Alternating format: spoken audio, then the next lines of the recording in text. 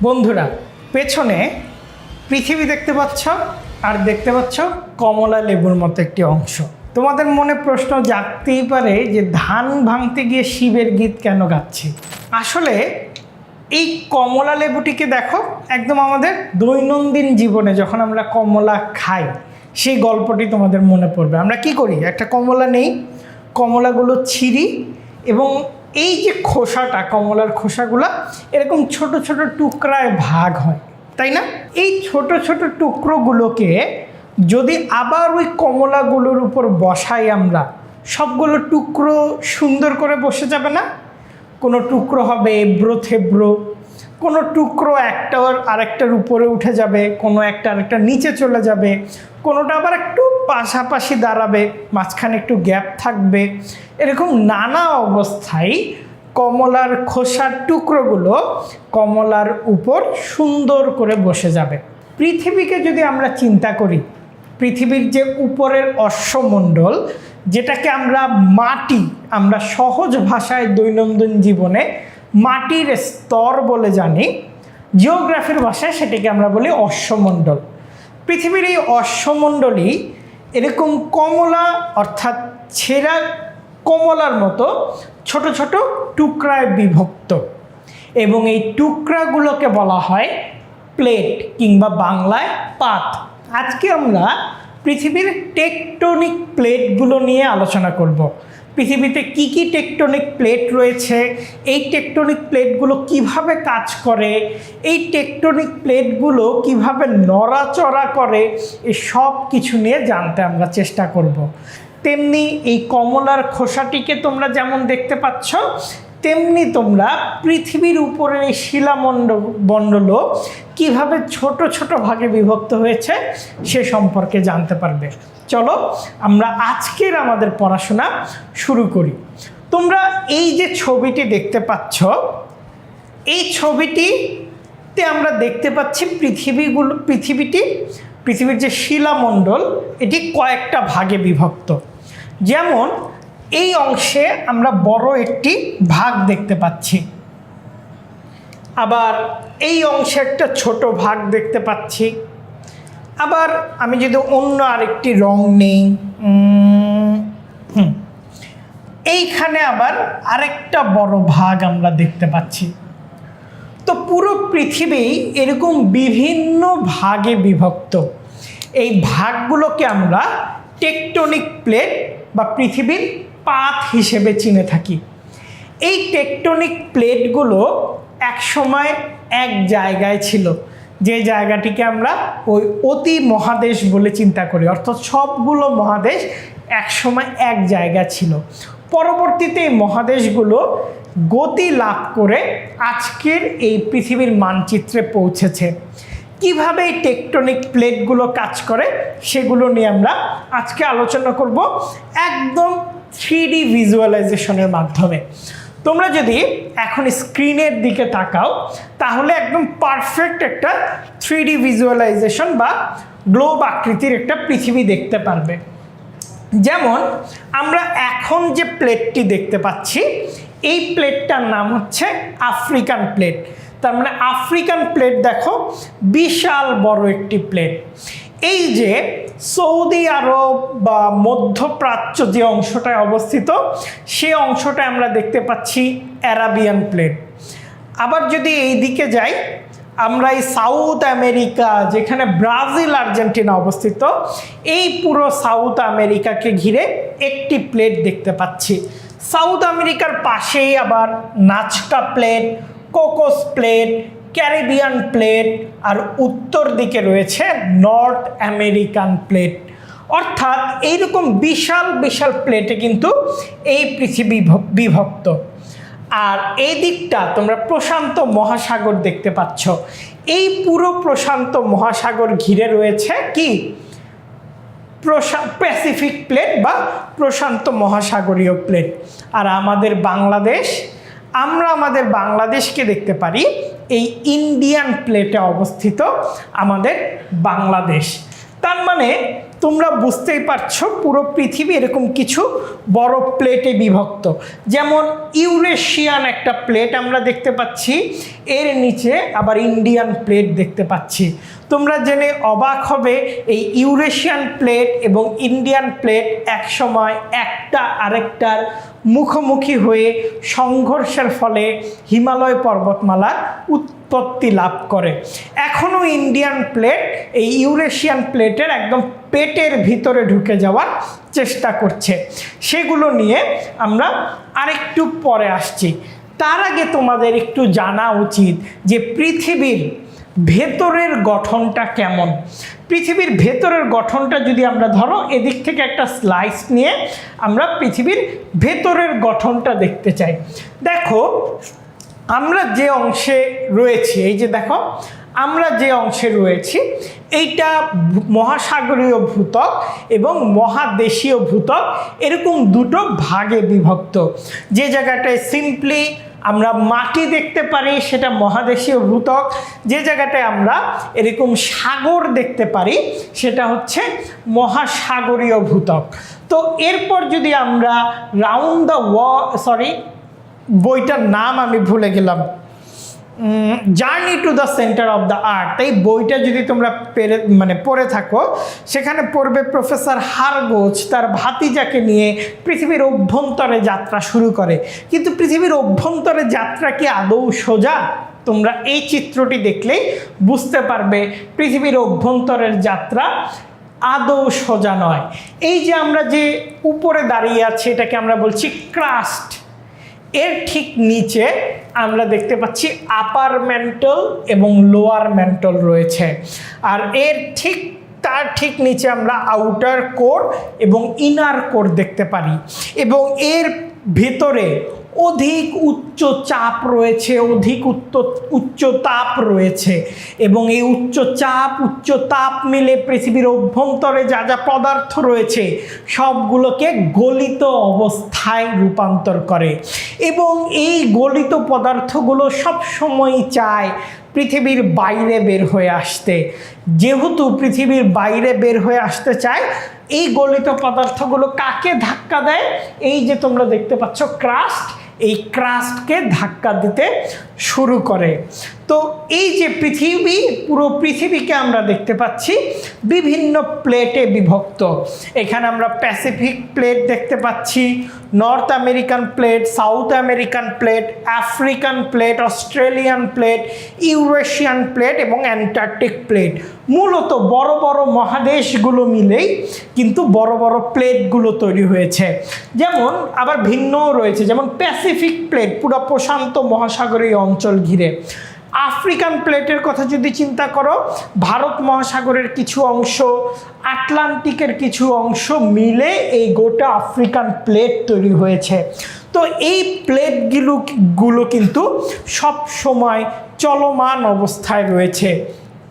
আমরা যদি একটু দেখি একটা প্লেট কিভাবে চলমান অবস্থায় থাকে, হ্যাঁ, একটা প্লেট কিভাবে চলমান অবস্থায় থাকে। দাঁড়াও, প্লেটেরই চলমান অবস্থায় দেখার আগে আমরা আরও কিছু বিষয় একটু জেনে আসি। এই যে দেখো, এইখানে তোমরা কি দেখতে পাচ্ছ? এইখানে তোমরা একটা কেটলি দেখতে পাচ্ছ, আর এইখানে কয়েকটা ছোট ছোট কেকের পিস দেখতে পাচ্ছ। কেকের পিস না, এগুলো পৃথিবীর বিভিন্ন ভাগ। এই কেটলির উদাহরণটা কেন টানলাম? আচ্ছা, কেটলির উদাহরণ থেকে আমরা চলে যাই। মনে করো আমরা এখন স্যুপ রান্না করব। একটা স্যুপ যখন আমরা রান্না করি, আমরা কি করি?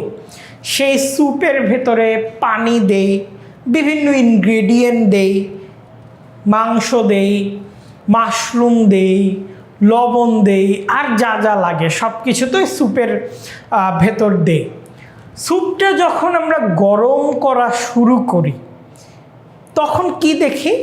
যে এই ইনগ্রেডিয়েন্টগুলো, এই যে পেঁয়াজ বা গাজর, মাংসের টুকরা, মাশরুমের টুকরা, এই ইনগ্রেডিয়েন্টসগুলো একসময় নিচে যায় আবারও উপরে ওঠে, একবার নিচে যায় আবারও উপরে ওঠে, একবার নিচে যায় আবারও উপরে উঠে।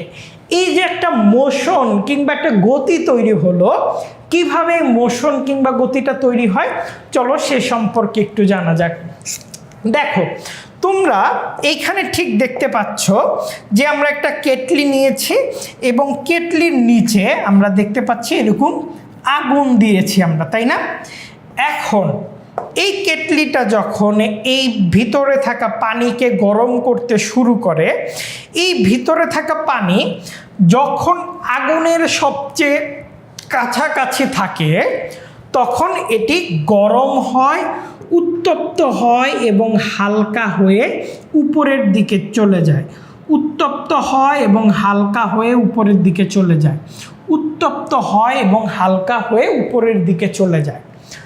যখন এটা উপরের দিকে চলে যায়, উপরে তো তুলনামূলকভাবে একটু ঠান্ডা পানি থাকে। ঠান্ডা বলতে ফ্রিজের ঠান্ডা পানি আমি বুঝাচ্ছি না, এই গরম পানির তুলনায় কিছুটা ঠান্ডা পানি থাকে, তাই না? উপরের এই ঠান্ডা পানিটা তখন করে কি, উপরের এই ঠান্ডা পানিটা তখন আবার নিচে নেমে আসে। উপরের এই ঠান্ডা পানিটা আবার নিচে নেমে আসে।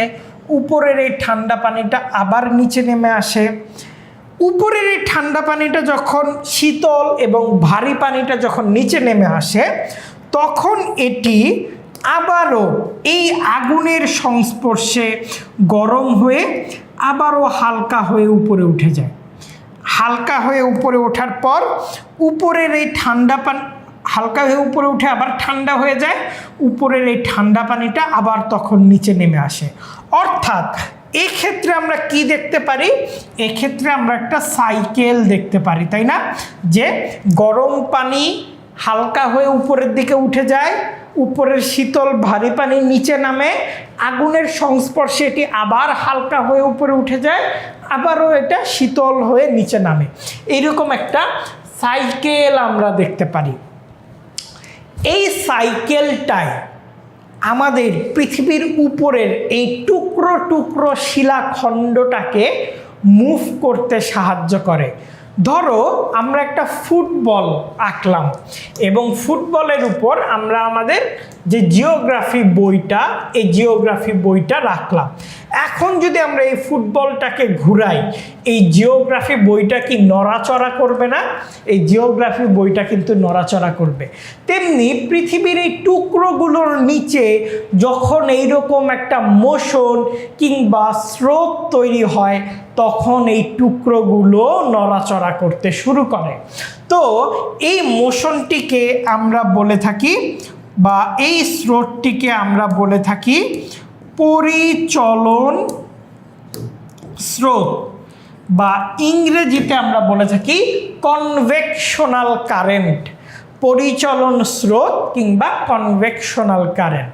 তো পৃথিবীতে এই কনভেকশনাল কারেন্ট করে কি, পৃথিবীর উপরের যে প্লেটগুলো থাকে, ছোট ছোট না, বড় বড় টুকরোগুলো থাকে, এই টুকরোগুলোকে মুভ করতে সাহায্য করে।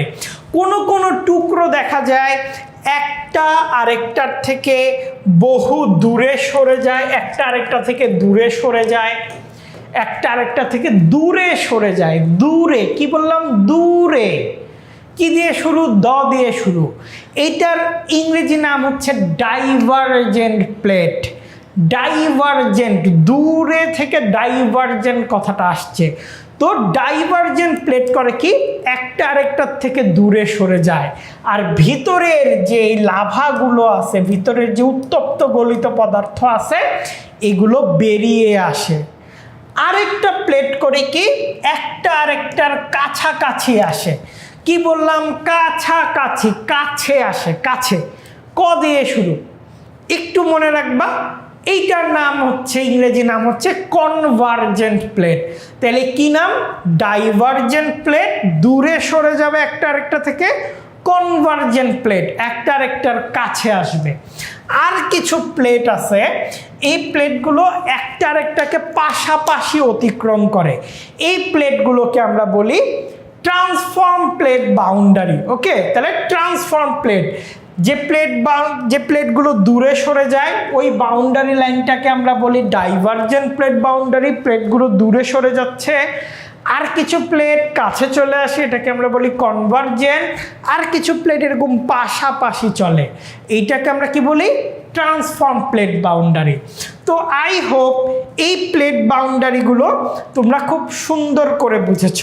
এবার চলো আমরা আরেকবার একটু 3D ভিউতে বোঝার ট্রাই করি। ওকে, 3D ভিউতে বোঝার ট্রাই করি। দেখো, টাইপস অফ প্লেট মোশন যদি আমরা দেখি, তাইলে দেখো এতক্ষণ আমি যেটা বলতেছিলাম, একটা প্লেট বাউন্ডারি, এই যে দেখো এই প্লেটগুলো, এই ভিতরের যে উত্তপ্ত গলিত পদার্থগুলো রয়েছে, এই গলিত পদার্থগুলো একবার উপরে যাচ্ছে, একবার নিচে আসছে, উপরে যাচ্ছে, একবার নিচে আসছে। তাহলে এই স্রোতটাকে আমরা কি বলতেছিলাম? এই স্রোতটাকে বলতেছিলাম আমরা পরিচলন স্রোত। এই স্রোতটাকে আমরা কি বলতেছিলাম? পরিচলন স্রোত। এখন এই দূরে সরে যাচ্ছে, আর কাছে একবার, আর উপরে আসছে, একবার নিচে যাচ্ছে, একবার উপরে আসছে। এই স্রোতটার জন্য এই যে দুইটা ওশেনিক প্লেট আছে, এই দুইটা প্লেট একটা আরেকটা থেকে দূরে সরে যাচ্ছে। এই দুইটা কি করতেছে? প্লেট একটা আরেকটার থেকে, এই মহাসাগরীয় যে দুইটা প্লেট আছে বা ওশেনিক প্লেট আছে, এই দুইটা প্লেট একটা আরেকটার থেকে দূরে সরে যাচ্ছে এবং ভিতরের উত্তপ্ত গলিত পদার্থ বাইরে বের হয়ে আসে এবং সাগরের ঠান্ডা পানিতে জমাটবদ্ধ হয়ে যায়, যেগুলোকে আমরা ওশেনিক রিজ হিসেবে চিনে থাকি। তাইলে এইটা আমরা একটা ডাইভারজেন্ট প্লেট বাউন্ডারির উদাহরণ দেখলাম, যেখানে দুইটা প্লেট একটা আরেকটা থেকে দূরে সরে যাচ্ছে এবং ভিতরের যে উত্তপ্ত গলিত পদার্থ, এই উত্তপ্ত গলিত পদার্থ বাইরে বের হয়ে আসছে।